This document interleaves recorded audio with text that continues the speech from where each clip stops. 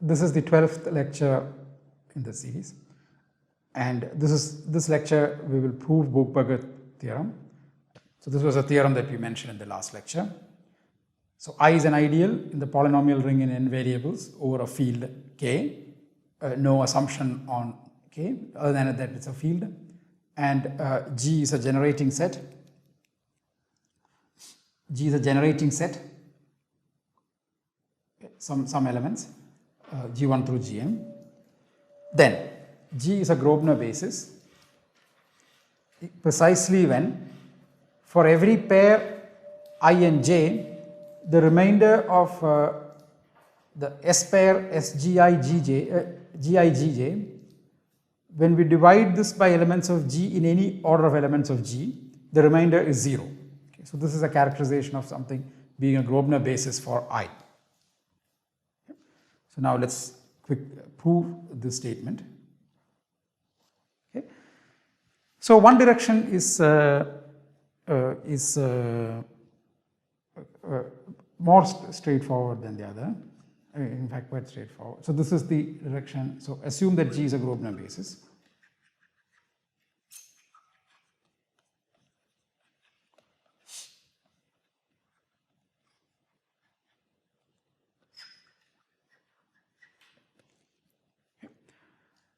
Then so let's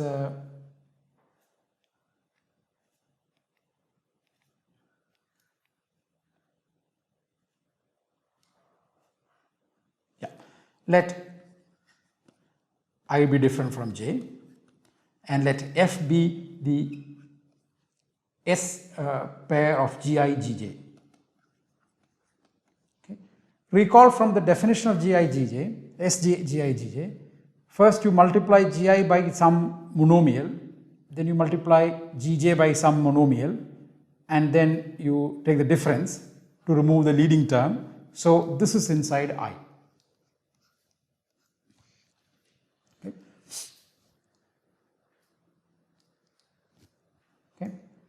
But then we saw that so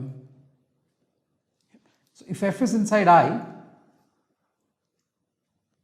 when we divide F by elements of G, because G is a Grosvenor basis,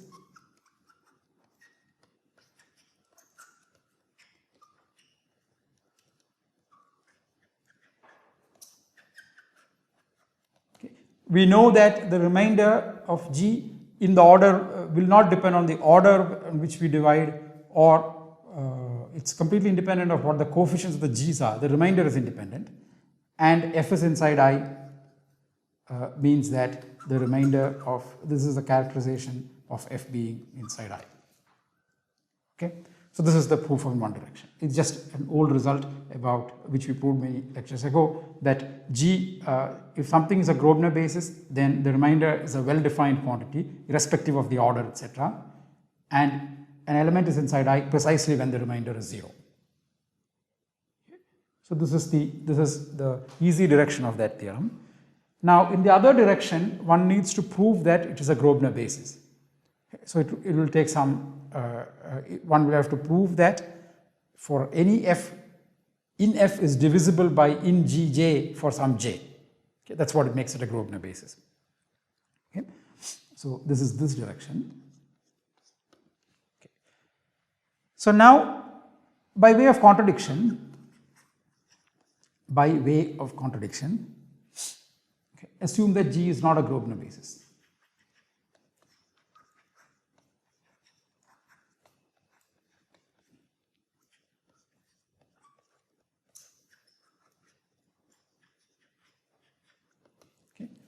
Therefore, there exists some F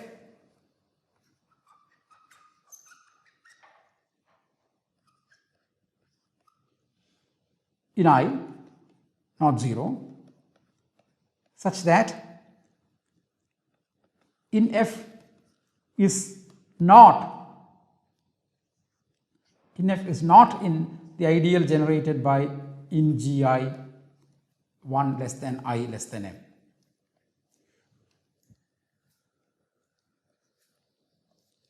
remember that G1 through Gm was the, what the set G is. So the initial terms of them do not generate the initial ideal. That's what we are assuming. So there is an F with this property.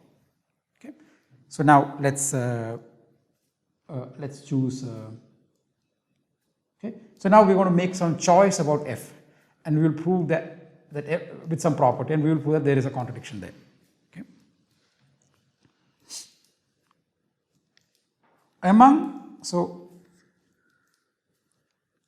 So this is important that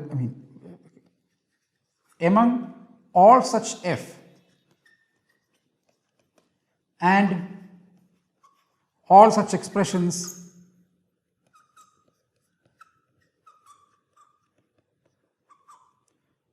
F as an R linear combination of the GI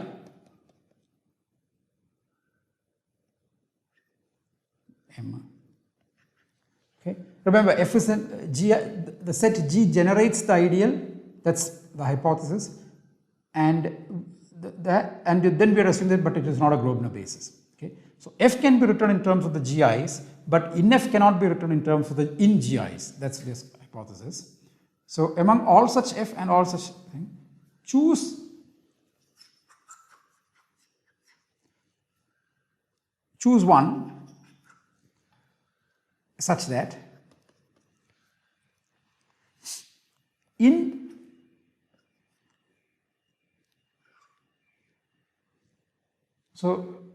choose one such that in of HIGI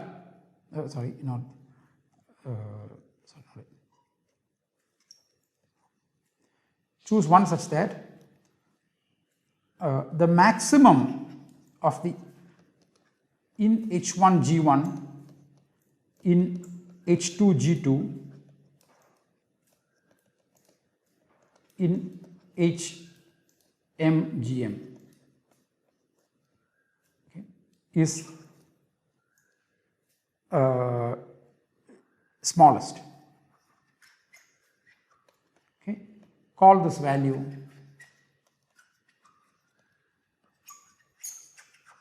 mu.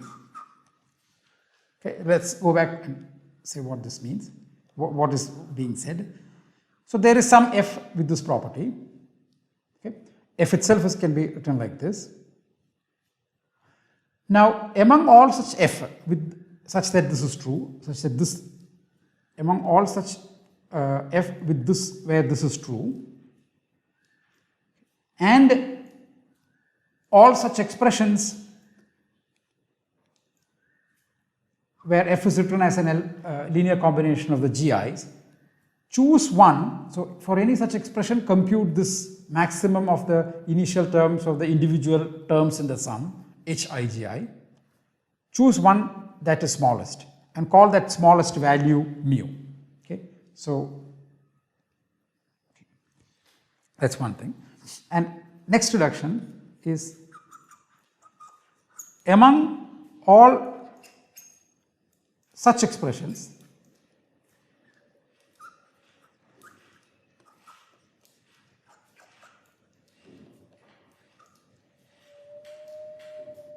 as above, okay, such expressions in some HIGI, okay, as above, choose the one, okay, such that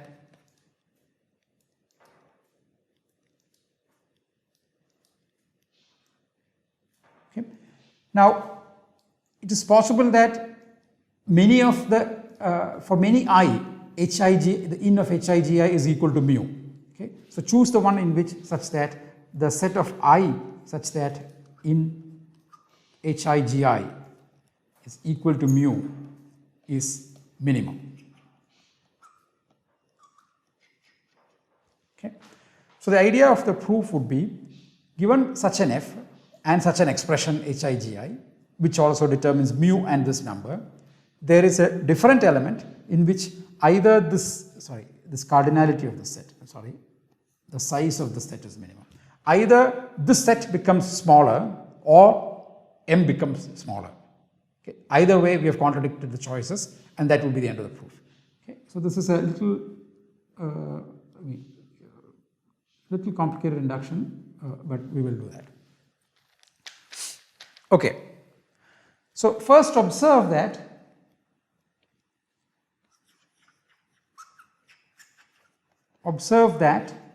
mu occurs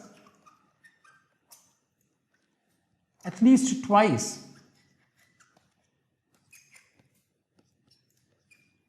as in HIGI, because before we observe this thing,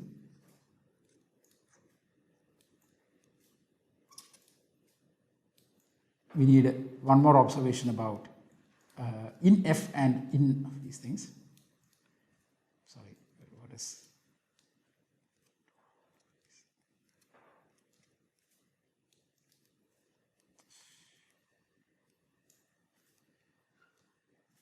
Yeah. Okay. So, what is the relation between the maximum of in HIGI and F?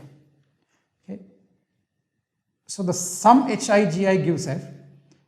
So, the maximum here is less than or equal to the maximum of the initial term here is less than or equal to the maximum of the initial terms of the sum. There may be cancellations, but the initial term of this cannot be greater than the initial term of every one of these things. Okay, so that's, and that maximum is m. So f is less than or equal to m. That's sort of by definition. But we can say more. F is less than or equal to mu. That initial term here is mu. So it's less. The max of this is mu. So it's f is less than or equal to that. But we can say more, because if f is but mu is divisible by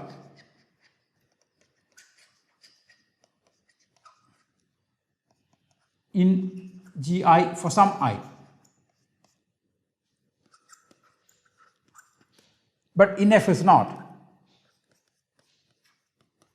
The assumption was in F is not in the initial ideal, so it's not divisible by the initial terms of the elements of the generate of those G. Okay. So this now implies that F is strictly smaller than mu. In F, I'm sorry, this should say in F is strictly smaller than mu. Okay. So now let's observe that mu occurs at least twice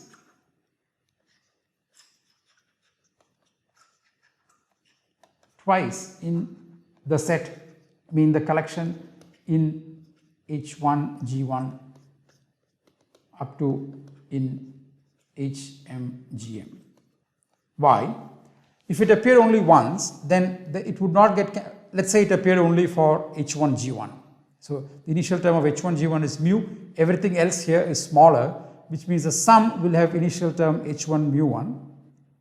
Which is the same thing as H1, initial term of H1, G1, which is mu, but that is the initial term of F also, but that we know is not true, since initial term of the sum of HIGI, which is F, remember this is F, is less than mu. So the initial terms of at least two of these things should get cancelled before we get F. Okay, so let's make this observation. Okay. So again, therefore, without loss of generality, we can rearrange these terms and assume that H1 G1 and H2 G2 have the same initial term mu.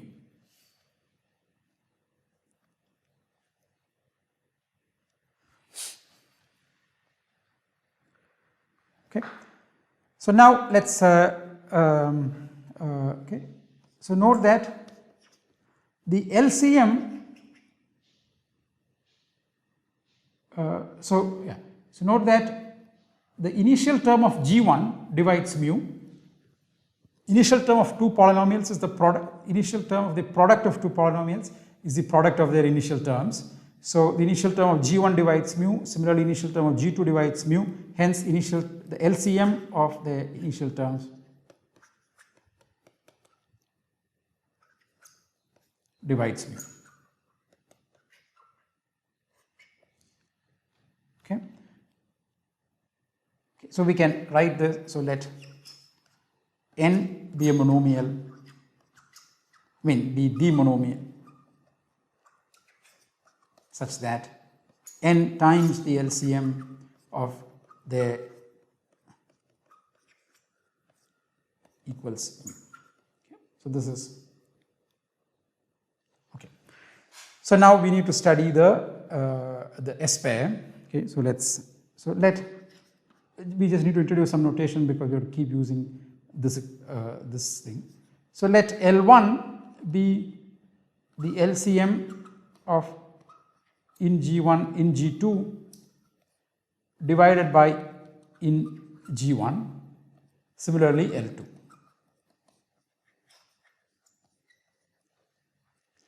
Where you divide by G2.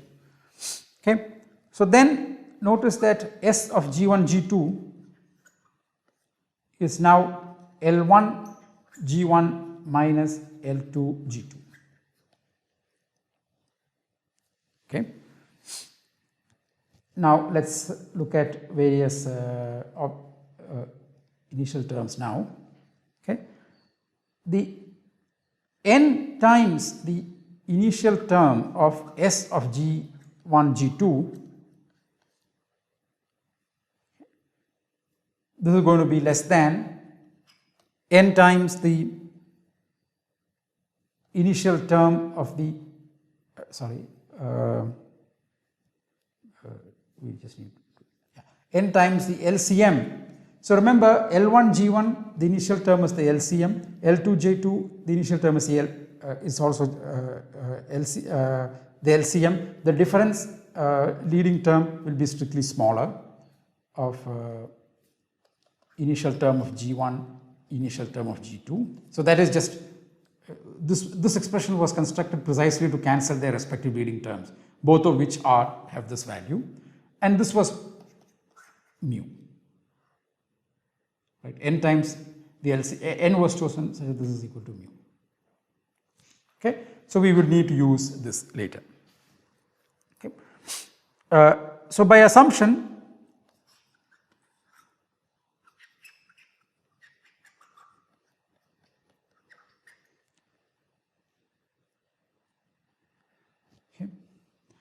so the assumption was, let's, we'll come back, let's just write. So notice that the S pair is an element in the ideal, so it can be written as some PIGI.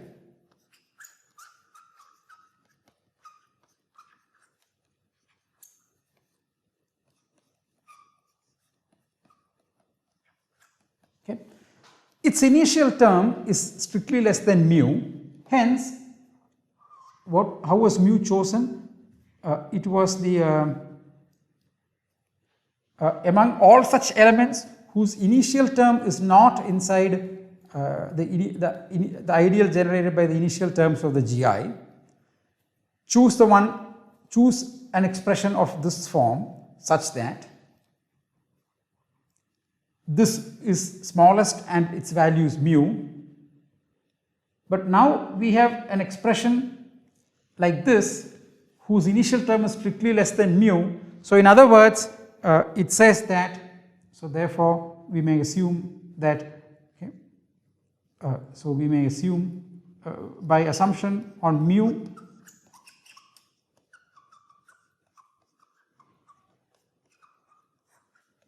okay, we may assume that we see that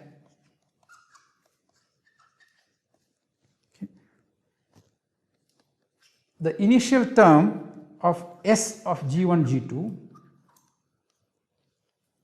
okay, is equal to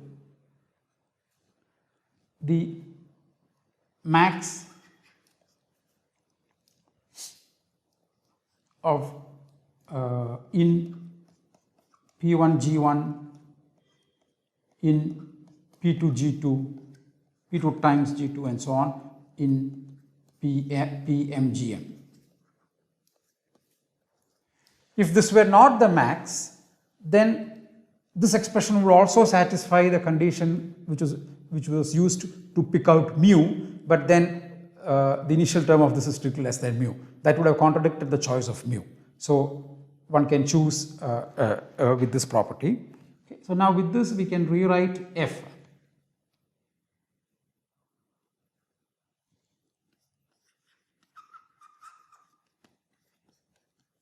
as some HIGI plus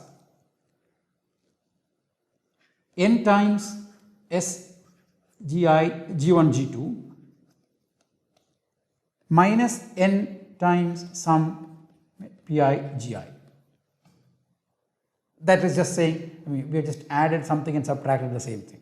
So that's not, it's not changing the value of m. Okay. Now in this expression, notice that the maximum of the initial term, so we can rewrite it like this.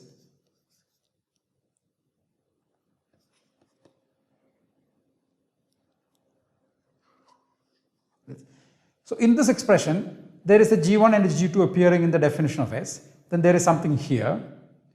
So in this expression, there is,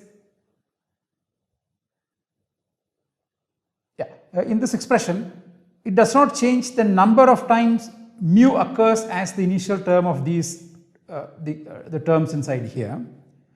Nor does it affect the fact that m is the maximum of the initial terms on the right side. Okay. So therefore, let me just summarize that thing. Okay. So this does not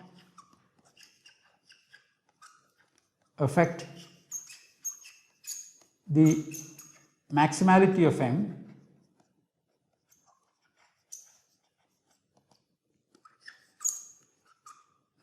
or the number of times, number of its occurrences.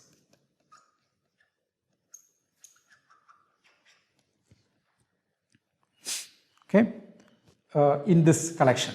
Okay, so we have not removed any of the leading terms for which it is m. Okay, so now using this we can rewrite f now as, okay, so let me G1 times H1 plus NL1. So this is just this would be L1 G1. So I'm just calling that NL1 plus minus NP1. Okay, that's just collecting the G1 terms plus G2 times H2 minus NL2. So one would have a minus L2 G2 here and then a multiplication by n, NP2 and then plus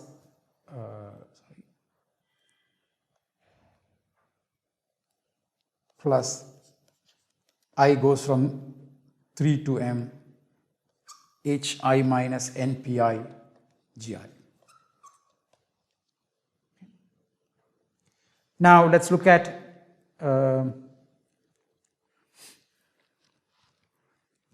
consider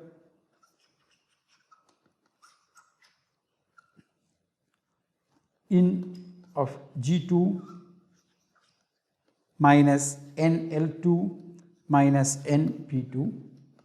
This is the, sorry, not G2, H2. Okay. This is the coefficient of G2 in this new expression. Okay. Let's look at the initial terms.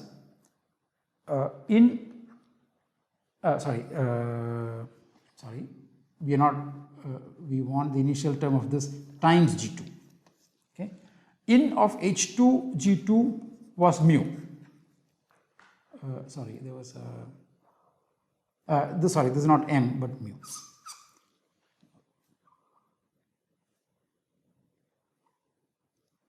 Yeah. So this was mu. In of n G2 P2, this is less than or equal to the max. So here notice P2 G2 is less than or equal to the maximum of the initial ideal of the S pair, which itself is less than mu. Where was that? It was right. So this is less than mu. Okay. And the important point is in of n L2 G2. Okay, this is n times. This was LCM of in G1 in G2 divided by in G1 in G2 times the initial term of G2. So these two cancel, and this is equal to n times the LCM, but the definition of n was that it is this product is equal to mu. Okay. So in other words, what the conclusion for us is that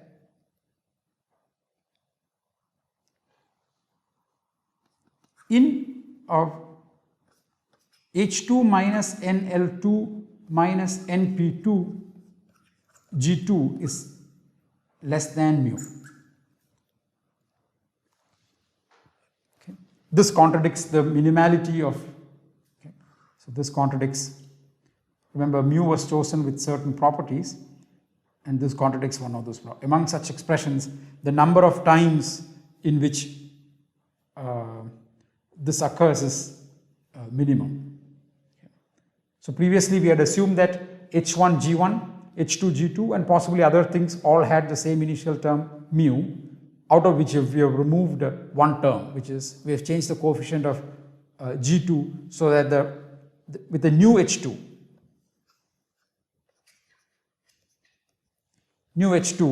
in of new H2 times G2 is strictly less than mu, so this contradicts the minimum.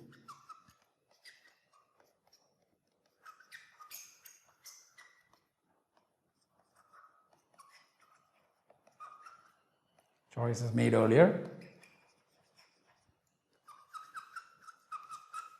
Okay. And hence, therefore, the conclusion is there, and all of this came by assuming that there is an F. So conclusion is that in F is inside the ideal generated by in G inside G. Okay. In other words, G is a Grobner basis.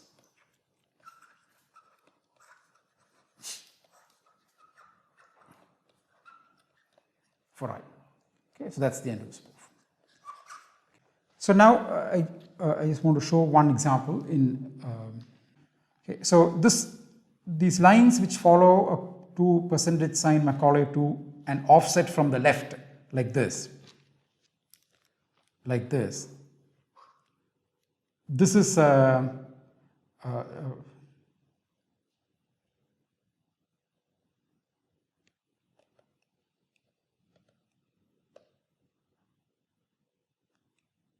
this is the Macaulay code that we enter, and this is the output of various lines that just sequentially given.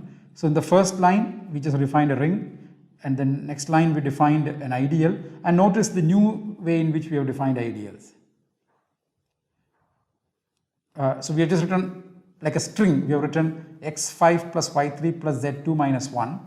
It will understand it as x to the 5th plus y cube plus z square minus 1. It's a convenient way of entering polynomials into Macaulay 2 if the variables don't have subscripts. If the variables have subscripts, we cannot do it. We have to do it the way we were doing it till now. Okay, like x caret 5, etc., etc. Okay, so this is a convenient way of doing that. So these three lines are corresponding out. So we ask to compute the Grobner basis of I. So this is defined in the G-Lex order, and we just call that thing GBI. This is just a name. Okay, this is the thing, and it says it's a Grobner basis. The status of it is done, and S pairs encountered up to degree 5. So it kept computing and it went up to some degree, some large degree. And let's look at the elements of the Grosvenor basis. So we continue the calculation. So this is, we're asking for the generators of the Grosvenor basis, meaning the actual elements of the Grosvenor basis. So it outputs something, y cube plus x square plus z minus 1, which is one of the generators. Y cube plus x square plus z minus 1. Remember, this is g lex, so this is the that is the leading term. Okay. Yeah. So then, okay. So we now continue. So the complexity of computing a Grosvenor basis depends heavily on the monomial order that we choose. So we just repeat the same thing. So here we got something. So now we ask same thing, we just redo all the calculations, but now the ring is defined with monomial order lex. Okay? And the same ideal, and we ask to compute Grosvenor basis. Suddenly we notice that S pairs encountered up to degree 86. There previously it was just 5. Okay? So there's substantial difference in the complexity between lex and G lex. Yeah, so now we ask to show the output, and it is so big that it is just, there are 86, so here this is degree 79, it starts with 79, z to the 78, z to the 77, okay, so with some very long, there are 7 generators first of all in that thing, and it's just a very long, so this is the end of this lecture. In the next lecture, we will look at quotient rings and how Grosvenor basis comes in handy to study them. And we'll also, using the same idea, we will also come up with a criterion to decide if some system of polynomial equations has finitely many solutions.